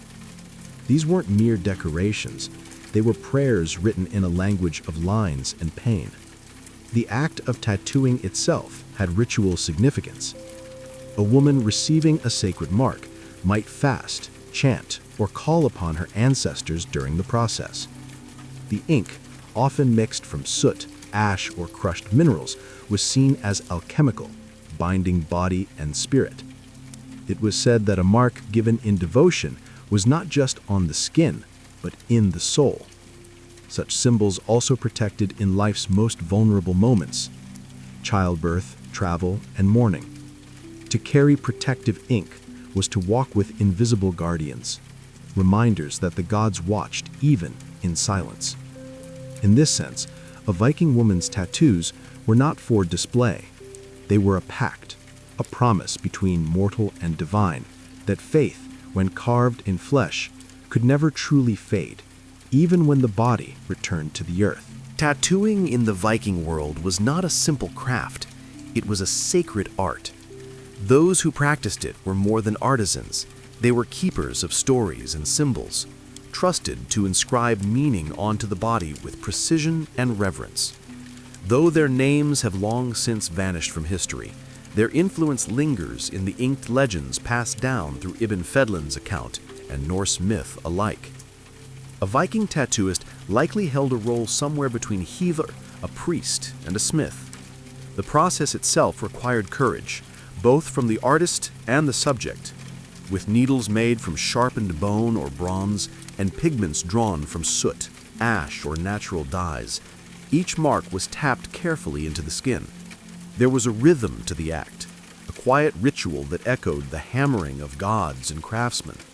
The slow sting of ink became part of the initiation, a symbolic trial of endurance and transformation. Tattooing was usually done in domestic or ceremonial spaces, often accompanied by chanting, storytelling, or offerings. Some scholars believe these sessions took place during significant festivals like Yule or Midsummer, when the veil between the human and the divine was thinnest. To receive ink during such moments meant becoming part of something larger, a living participant in the sacred cycles of Norse belief. The designs themselves reflected the deep connection between art and survival. Patterns often resembled those carved into longships, jewelry, and wooden beams, uniting the body with the objects that defined a Viking life.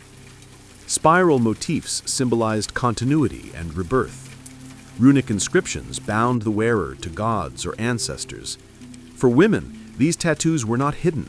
They were displayed proudly on visible parts of the body, the hands, arms, and neck, announcing strength, beauty, and faith without a single word. Even trade may have carried the art of tattooing across borders. The Vikings' vast network stretched from the icy fjords of Scandinavia to the warm markets of Constantinople. Along the way, they encountered the tattooing traditions of Slavic, Turkic, and Arabic cultures, perhaps blending techniques and symbols. Through these exchanges, Norse tattooing evolved into a reflection of a cosmopolitan world, one where identity, faith, and artistry met at the tip of a needle. Each tattooist, though nameless, left behind a silent legacy, a belief that stories are best told not only in words, but in skin that endures. If Viking tattoos spoke a language, their alphabet was the rune. These angular symbols carried power beyond mere letters. They were bridges between the human and the divine. To carve or ink a rune was not simple writing, it was invocation. Each one held meaning, purpose and consequence. For Viking women, runes etched onto the skin could bless, protect, or even curse, depending on intent. The runic system most associated with the Viking Age was the Younger Futhark, a simplified version of the oldish script used across Northern Europe. Unlike our modern alphabet, each rune represented both a sound and a concept, a cosmic truth bound to nature or the gods. Feu meant wealth, not just material, but spiritual abundance. Algis symbolized protection, like the spreading antlers of an elk shielding from danger. Berkana embodied fertility, motherhood, and new beginnings, while Tiwas, shaped like an arrow, represented justice and sacrifice. Honoring the god Tyr, to inscribe a rune onto the body was an act of faith. A woman who bore Berkana upon her wrist might be invoking safe childbirth. Another with Algis along her forearm might trust it to guard her on journeys across icy seas. These symbols were not chosen lightly.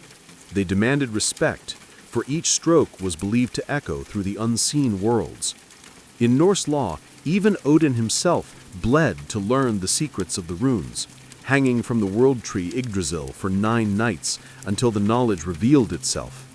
To tattoo them, then, was to mimic the god's sacrifice in miniature, to suffer briefly for wisdom and power. Runes also served as social markers. Among traders, they could signal allegiance to a clan or faith. Among healers, they symbolized the binding of energies, warding off illness or ill luck. Women often bore combinations of runes, forming protective charms, like the binding runes found in later Scandinavian artifacts. These complex designs intertwined letters into shapes resembling vines or snowflakes, beautiful yet potent. Though few physical traces of these tattoos survive, carved stones, jewelry, and wooden relics suggest their visual vocabulary. Across time, the runes whispered the same message, that ink could do what words could not. It could bind fate to flesh. For Viking women, each mark was a spell, each symbol a story, and their bodies were the manuscripts of eternity. Not all Viking tattoos were made for war or worship. Some were born from the quiet ache of love and memory. In a world where death was constant and separation inevitable, tattoos offered a rare kind of permanence. For Viking women whose husbands, fathers, or sons might vanish at sea or in foreign lands, the ink beneath their skin became a promise that love would endure, even when flesh and bone did not. Archaeologists and historians have long speculated that certain tattoo motifs mirrored the emotional bonds within Norse society. A knotwork pattern could symbolize eternal union, its endless loops reflecting the belief that souls intertwined across lifetimes. Twin birds, perhaps ravens or swans, might represent lovers divided by distance, one flying over the waves while the other waited beneath the northern sky. A simple line winding from the wrist to the heart could signify fidelity, a mark known only to the one who bore it. The Norse concept of love was not soft or sentimental. It was fierce, loyal, and tragic. The sagas are filled with women who waited decades for a warrior's return or swore vengeance for a slain husband. Tattoos became quiet extensions of those vows.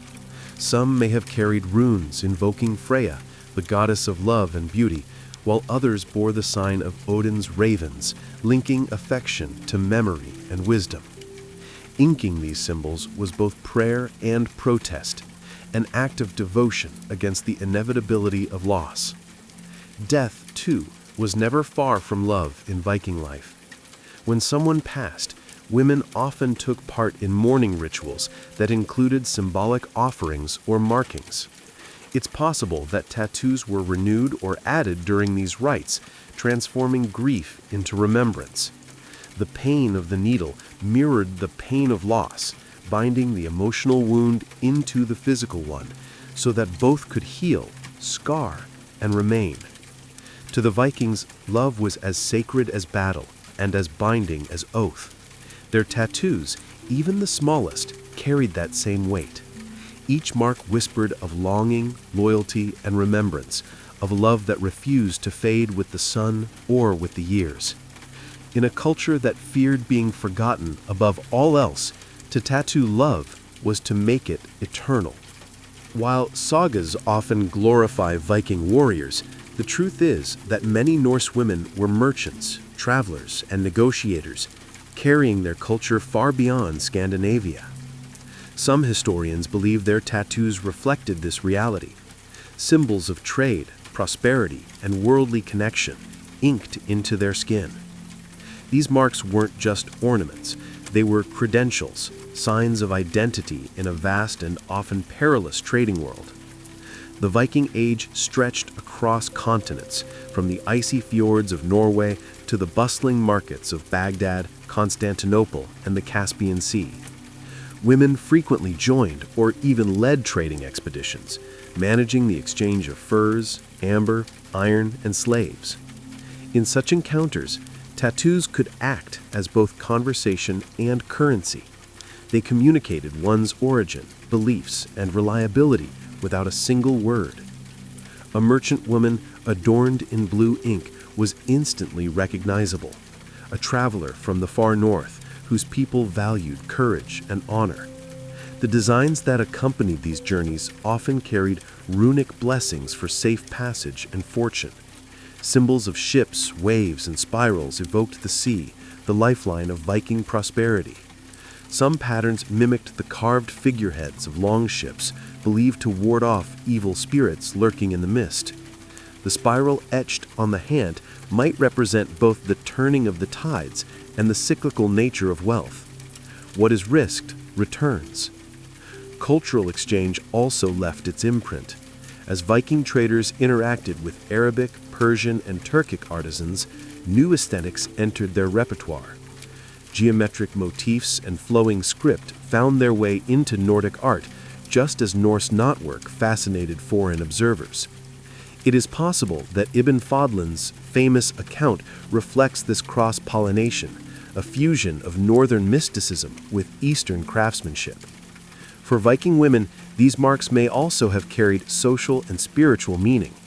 A trader's tattoo could symbolize not only economic ambition, but divine favor, invoking Nord, god of the sea and wealth, or Freya, patroness of prosperity and fate. Every journey was dangerous. Storms, raiders, and betrayal lurked on every horizon. To bear sacred ink was to carry invisible protection. Thus, the merchants' tattoos told a dual story of commerce and courage, profit and piety. They marked not only where a woman came from, but how far she was willing to go. Beneath her skin flowed the map of an empire built not by conquest alone, but by ink, salt, and trade. Though much of what we imagine about Viking tattoos comes from trade and domestic life, there's another side to the story: the marks of warriors and wanderers. Norse women were not confined to hearth and hall. Some joined raids, defended settlements, or accompanied their kin on voyages across unknown seas. For them, tattoos became symbols of endurance, strength, and identity in a life where survival itself was an art. The sagas hint at women like Lagertha, the legendary shield maiden who fought beside men with ferocity and cunning. Whether real or mythic, such figures embodied the Norse ideal of balance, beauty and brutality, wisdom and wrath. Tattoos may have mirrored that duality. A spiral around the arm could signify the cycle of battle and rebirth, while a wolf's head on the shoulder evoked Odin's warriors, the unstoppable and the fearless. Unlike the decorative patterns of merchants or artisans, warrior tattoos carried ritual intent. Before battle, women might ink or renew repelling runes, tiwas for courage, algae for defense, or suwilo for victory and guided by the sun. The ink itself was often made from soot and ash taken from sacred fires or burnt weapons, making the tattoo both physical mark and spiritual talisman. To wear it was to bind oneself to fate, warriored, the invisible thread of destiny the Norns wove for all mortals. Voyagers, too, bore their stories in ink. A woman who had crossed the Baltic or journeyed to the east might mark her skin with the sails of a longship or the silhouette of a raven, the messenger of Odin, symbol of intelligence and navigation. For her, tattoos were records of passage and proof of experience. Every mark etched on her body was both a compass and a confession.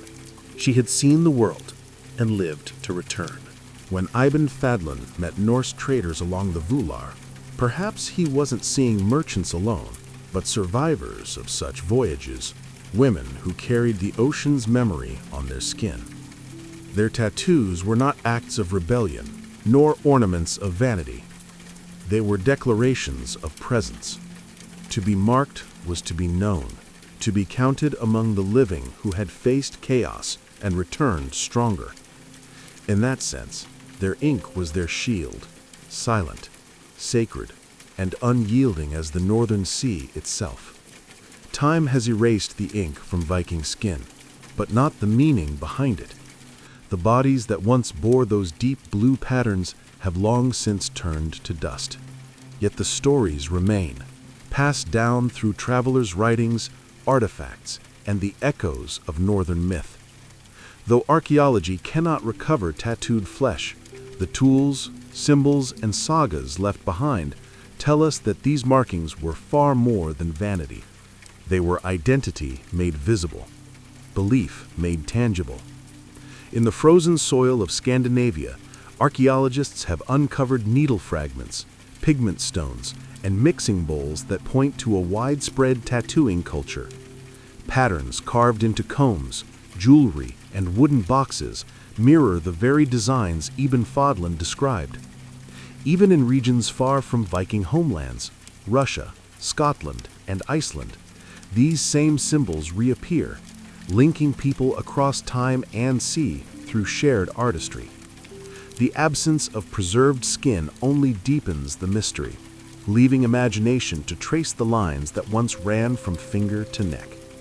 Today, modern descendants and historians are rediscovering this tradition, reviving the Nordic ink as a way to reconnect with ancestry. Tattoo artists study runestones, jewelry, and saga poetry to recreate what might have adorned those ancient women. Each line drawn today is both homage and hypothesis, a bridge between modern curiosity and ancestral pride. What was once lost to history has returned as cultural identity reborn. But perhaps the true legacy of Viking tattoos lies not in the patterns, but in the philosophy they embodied. To the Norse, every life was a thread in the loom of fate, and every act, from carving wood to marking skin, wove that thread deeper into eternity. Their tattoos reminded them that beauty could coexist with pain, that courage was quiet as well as fierce, and that meaning was something one had to create, not inherit. In Fadlan's brief description, we glimpse more than an observation. We glimpse a worldview. Those blue marks, now invisible to time, once told stories of faith, family, and survival. They were prayers written in pigment, proof that even in the coldest corners of the world, humans sought to make their souls visible. And though the ink has faded, the message still lingers.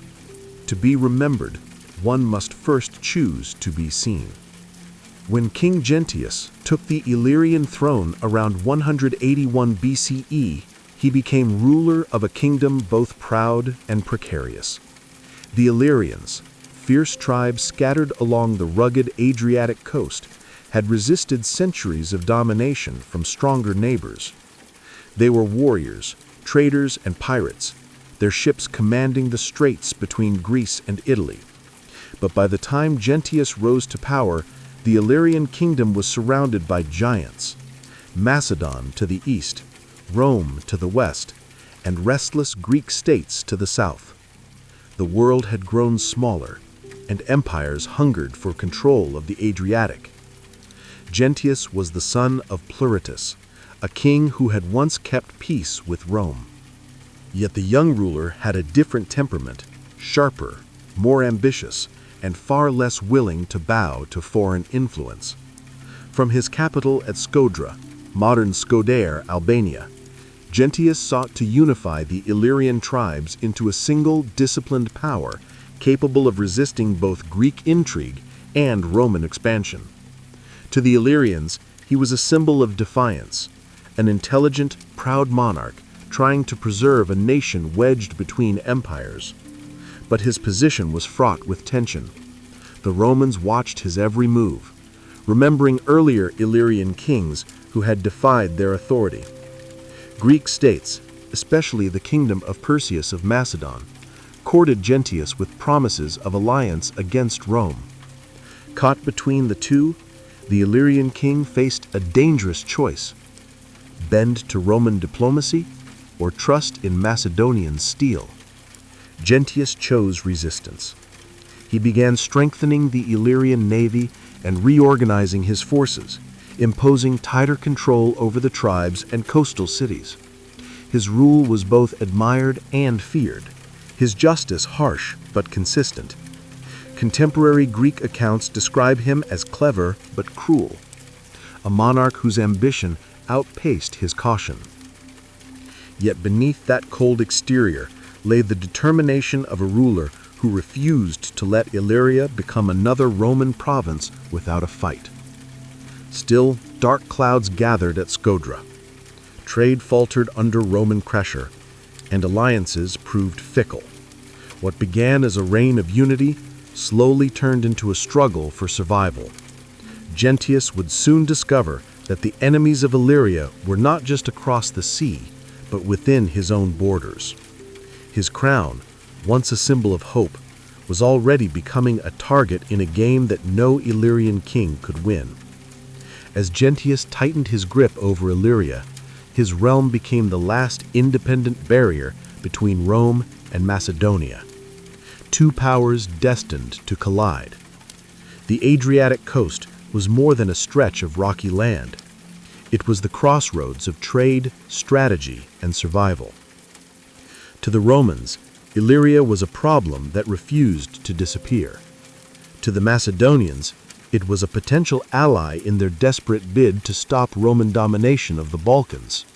And to Gentius, it was home, one he would not surrender without a fight. The early years of his reign were marked by cautious diplomacy. Gentius maintained formal peace with Rome, even sending envoys to reassure the Senate that Illyria would not interfere in Roman affairs. Yet beneath this surface calm, he was rebuilding. He expanded his fleet, stationed garrisons along the Drine River, and forged alliances with tribal leaders who had long resisted central authority. The Illyrian king's vision was clear: to create a united kingdom strong enough to defend itself without bowing to either empire. But Gentius's ambitions brought suspicion. Roman merchants complained of piracy in the Adriatic, acts Rome blamed on Illyrian captains loyal to Scodra. The Senate, never one to forgive independence, began gathering excuses for intervention. Meanwhile, Gentius found a willing partner in Perseus of Macedon, the last Antigonid king fighting his own war of survival. Their alliance was one born of necessity, not trust. Perseus needed a northern distraction for Rome. Gentius needed Macedonian gold and military backing. The alliance, however, was fragile from the start. Greek states under Roman influence denounced it as reckless, and even within Illyria, chieftains questioned the wisdom of angering the greatest power in the Mediterranean. Still, Gentius believed that unity with Macedonia offered the only hope of preserving Illyrian sovereignty. For a brief moment, the Adriatic trembled with the echoes of Illyrian war drums. Ships were readied, and Roman envoys sent warnings. Gentius dismissed them. "Let Rome cross the mountains," he is said to have told his council. "They will not return." But across the sea, the legions were already moving. Rome had crushed Carthage and subdued Greece. Now it turned its gaze toward Illyria, the last free kingdom standing between empire and total dominion. Gentius had chosen his side, and there was no turning back. By 170 BCE CE, Illyria stood at a crossroads, and King Gentius made his most consequential decision: an alliance with Perseus of Macedon, the last descendant of Alexander's once mighty dynasty. The two rulers shared a single goal: halting Rome's march across the Balkans. But their partnership, born of desperation, would soon reveal how fragile hope could be when balanced against Roman discipline and cunning. At first, the alliance looked promising. Perseus sent envoys to Scodra bearing gifts, gold, fine cloth, and promises of shared glory. Gentius saw in Macedonia a mirror of Illyria's plight, proud, embattled, and surrounded by Roman ambition. The agreement was simple. Illyria would attack Roman allies in the region, disrupting their supply lines, while Perseus faced the legions in Greece. If successful, both kingdoms could restore autonomy to the lands Rome sought to claim. But there was a catch. Perseus, ever cautious, withheld full payment of the promised funds, delaying support until Gentius proved his loyalty. This cessation proved disastrous. The Illyrian king, pressured by dwindling resources, took aggressive action on his own, imprisoning Roman envoys sent to negotiate. That single act, whether driven by anger or desperation, sealed his fate. In Rome's eyes, it was a declaration of war. Perseus, too, hesitated. His armies stayed fixed in Greece, waiting for Rome to spread itself thin. But the Romans were quicker, richer, and far more organized.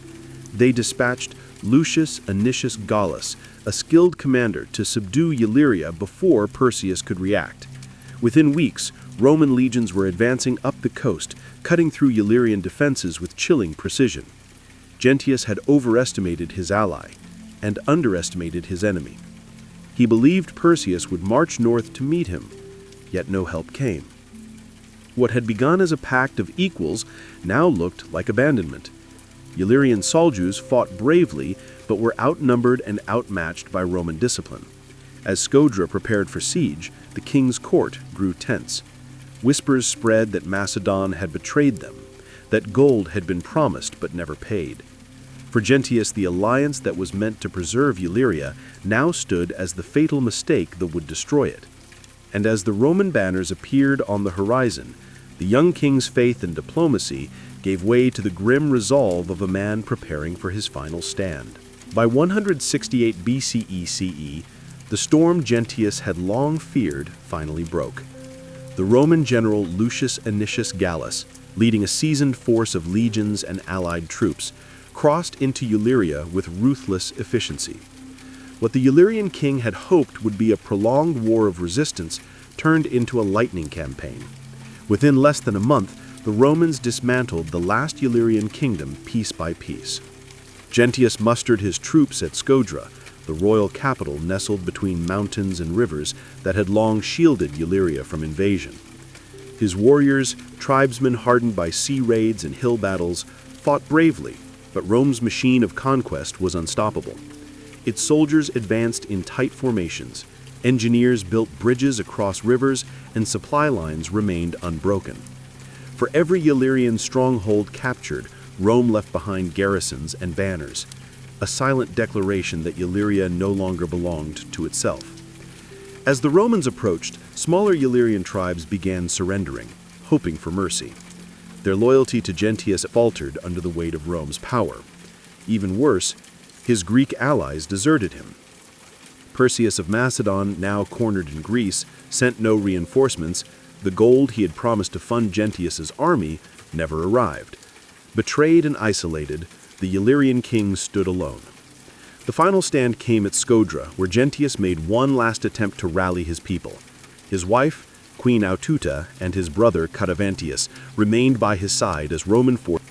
For days, Illyrian archers rained arrows upon the advancing enemy, their shouts echoing through the valley. But hunger and despair soon replaced defiance. The rivers that had once guarded Scodra now trapped it, cutting off supplies. The Illyrians, famed for their resilience, could not endure the siege forever. When the gates finally opened, Gentius met the Roman envoy not as a warrior, but as a captive king. According to Polybius, he surrendered with dignity, still wearing his royal robes, refusing to kneel. The Romans, impressed yet unmoved, seized his treasury, fleet, and family. Illyria was broken. The kingdom that had once ruled the Adriatic, that had defied empires and built cities of stone, was no more. With Gentius's capture, the line of Illyrian kings ended, and with it, the sovereignty of a people who had ruled the mountains and seas for centuries. After the siege of Scodra, King Gentius, his queen Atuta, and their children were taken prisoner by the Romans.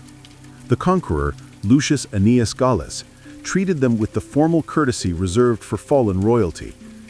But beneath that civility lay humiliation. The Illyrian king, who had once commanded fleets across the Adriatic, was now a trophy of war paraded to showcase Rome's supremacy. Gentius and his family were sent first to Corcyra, modern Corfu, and then across the Ionian Sea to Italy. The journey itself was a spectacle.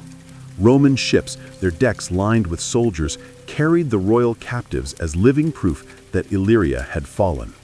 Along the coasts, towns cheered their arrival, not out of respect, but curiosity. A defeated king was a rare and thrilling sight. For Gentius, every wave that struck the hull was a reminder of how swiftly fortune could turn against a crown. In Rome, the Senate celebrated another swift conquest. The Illyrian campaign had lasted only 30 days, a remarkable victory that demonstrated the might and efficiency of the Republic. Gentius was forced to appear in the triumph of Annius Gallus, walking in chains through the streets of the capital as crowds jeered. Ancient writers noted his composure. He did not plead, nor did he cry out. There was pride even in defeat, though it must have burned within him like iron. After the triumph, Gentius and his family were sent to Spoletium, modern Spoleto, in central Italy, where they lived under house arrest.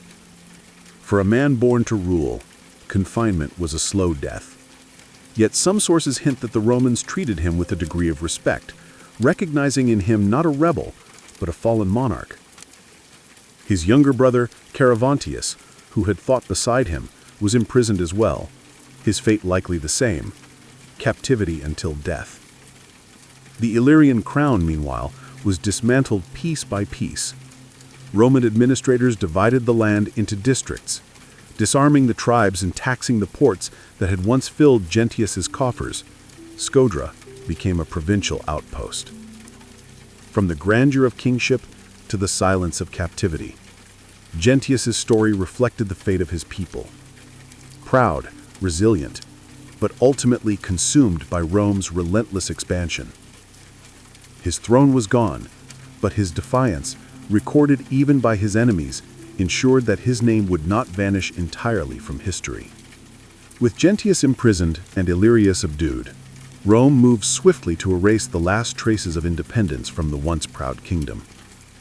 What had begun as a campaign of punishment turned into a systematic dismantling of Illyrian power.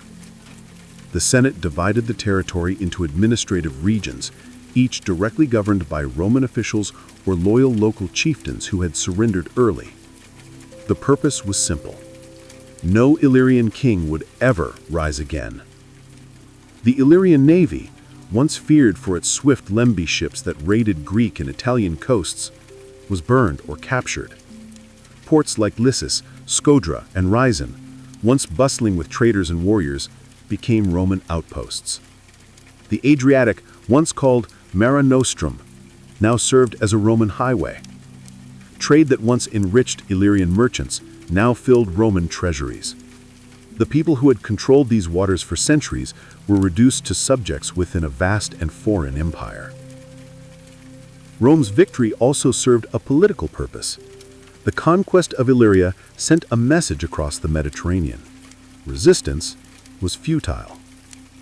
Neighboring tribes and Greek city-states, watching the rapid fall of Scodra, began pledging loyalty to Rome without a fight. Even Perseus of Macedon, Gentius's abandoned ally, fell soon after at the Battle of Pydna. Within months, both Macedonia and Illyria, the last buffers between Rome and the East, were gone. For Illyria, the loss was not only political, but cultural. The Romans imposed their language, currency, and legal systems, slowly eroding the tribal structures that had defined Illyrian identity. Local kings and warriors were replaced by governors and tax collectors. Young Illyrians were conscripted into Roman auxiliary forces, fighting wars in lands they had never heard of. The rhythm of life, once shaped by the seasons, trade winds, and clan loyalty, now pulsed to the beat of Roman command. But even in defeat, the spirit of Illyria lingered. Roman generals noted that uprisings continued for decades. Fueled by memories of the old kings, songs were still sung of Gentius, the last monarch who had dared to stand against the empire. By the time Rome declared the province of Illyricum, the transformation was complete. The Illyrian name survived, but the kingdom was gone. The land of mountains and sailors had become another stone in Rome's growing mosaic of conquest.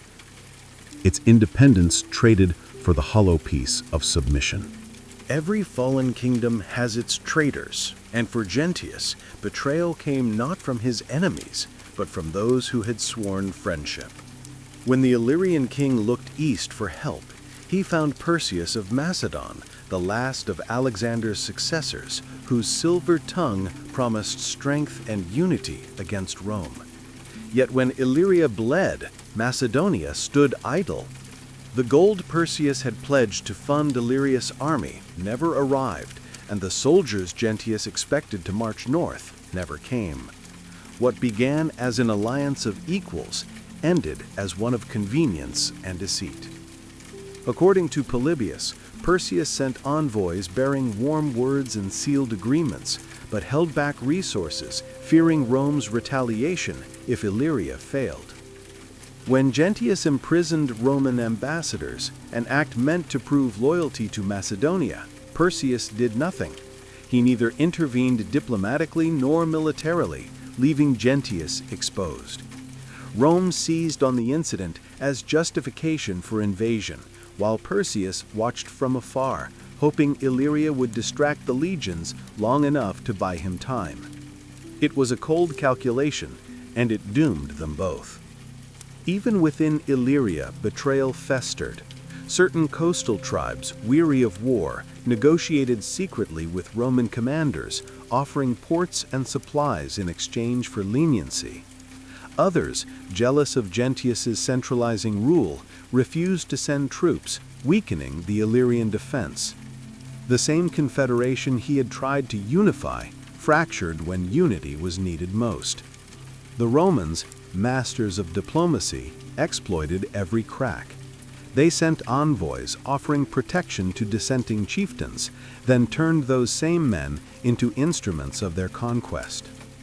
When Scodra fell, Gentius must have realized that his defeat was not purely Roman. It was Illyrian, Macedonian, and Greek.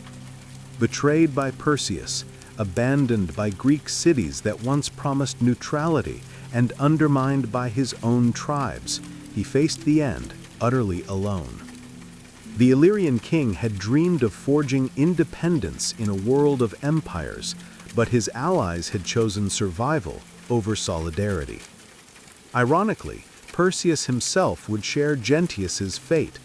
Captured by Rome soon after the Illyrian campaign, the Macedonian king was paraded through the same streets in chains. Two monarchs, one from the mountains, the other from the plains, both undone by distrust and ambition. In their downfall, Rome learned a lesson it would use for centuries to come. Empires are not conquered by swords alone, but by breaking the bonds between those who resist. The final act of Illyria's independence unfolded at Scodra, the city cradled between the rivers Din and Buna, surrounded by steep hills that had long made it a fortress of kings. When the Roman legions advanced under Lucius Anicius Gallus, Scodra became Gentius's last hope, a stronghold where Illyria would either endure or perish. Inside its stone walls, the king gathered his remaining forces, weary soldiers, tribal warriors, and loyal nobles who refused to abandon their ruler. The sound of hammers echoed as blacksmiths reforged broken weapons and families prepared for siege. Every able man was called to arms, while women carried water and tended to the wounded. For a brief moment, unity returned. Even those who had doubted Gentius now saw that the fate of Illyria hung on the defense of one city. The Romans approached with calculated precision. Their engineers built bridges over rivers, cutting off Skodra's access to supplies, while siege engines rolled steadily through the valleys. They were disciplined, methodical, and patient. Unlike the Illyrians, who fought with passion and instinct, the legions advanced like a living machine. Yet the Illyrians resisted fiercely. Archers on the walls, ambushes in the ravines, desperate night raids meant to burn enemy camps. But Rome had time, and Gentius did not. Hunger crept through the city as food stores dwindled. The Din River, once a lifeline, was blocked by Roman patrols. Disease followed. Still, Gentius refused to surrender. Witnesses later wrote that he moved among his soldiers, offering words of courage, vowing that Illyria's spirit would not die behind these walls.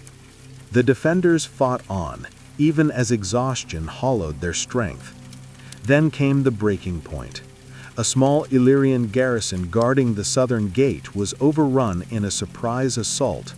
The Romans poured through the breach, overwhelming the defenders. Within hours, the city's outer walls fell, and resistance collapsed street by street. At dawn, Gentius appeared before Anicius Gallus to negotiate terms. There would be none. The Illyrian king surrendered in full. His crown, his sword, his kingdom. Skodra, the heart of Illyria, was now Roman. The sun set over the Drina that evening in silence. The smoke of battle drifted above the hills, and with it, the final breath of Illyrian sovereignty. A proud flame extinguished, leaving only embers in the chronicles of empire. When the dust settled over Skodra and the Illyrian banners were torn down, King Gentius vanished from the stage of history. But his legacy did not. Though remembered by Roman historians as the defeated monarch of a minor kingdom, to later generations he became a symbol of Illyrian defiance, the last man to stand against the empire that would one day rule the known world. His reign, though brief, marked the end of Illyria's independence and the beginning of its transformation into a crossroads of cultures under Rome. After his capture, Gentius and his family faded into quiet captivity in Spoletium, where they likely lived out their remaining years watched but unharmed. Yet his memory endured among his people, the tribes that had once followed him into battle. Laviats, Dorsai, Dardanians passed down songs of the king who would not yield. In their stories, Gentius was not merely a ruler, but a guardian of Illyria's honor, betrayed by the greed of allies and the treachery of empires. Rome, meanwhile, wasted no time reshaping the land he had once ruled. The Illyrian coast became part of a new Roman administrative zone, its ports rebuilt for trade, and its mountains mined for silver and iron. Illyrian sailors, once branded pirates, now manned Roman ships. Its warriors filled the ranks of Roman auxiliary legions, earning fame in foreign wars.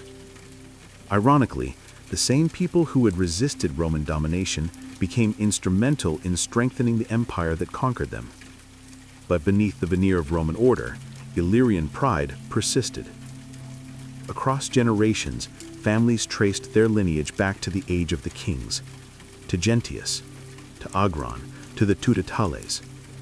The Romans themselves, though victors, respected Illyrian toughness.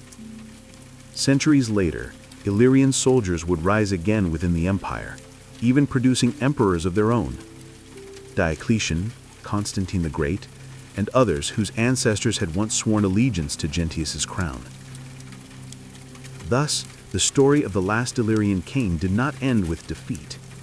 His downfall marked not the disappearance of his people, but their revolution. Gentius's struggle against overwhelming odds became a mirror for every small nation caught between empires, an echo of resistance that outlived the conquerors themselves. Though Rome claimed his land, the Illyrian spirit remained unconquered, carved into the mountains, and remembered in the songs of those who still called that rugged coast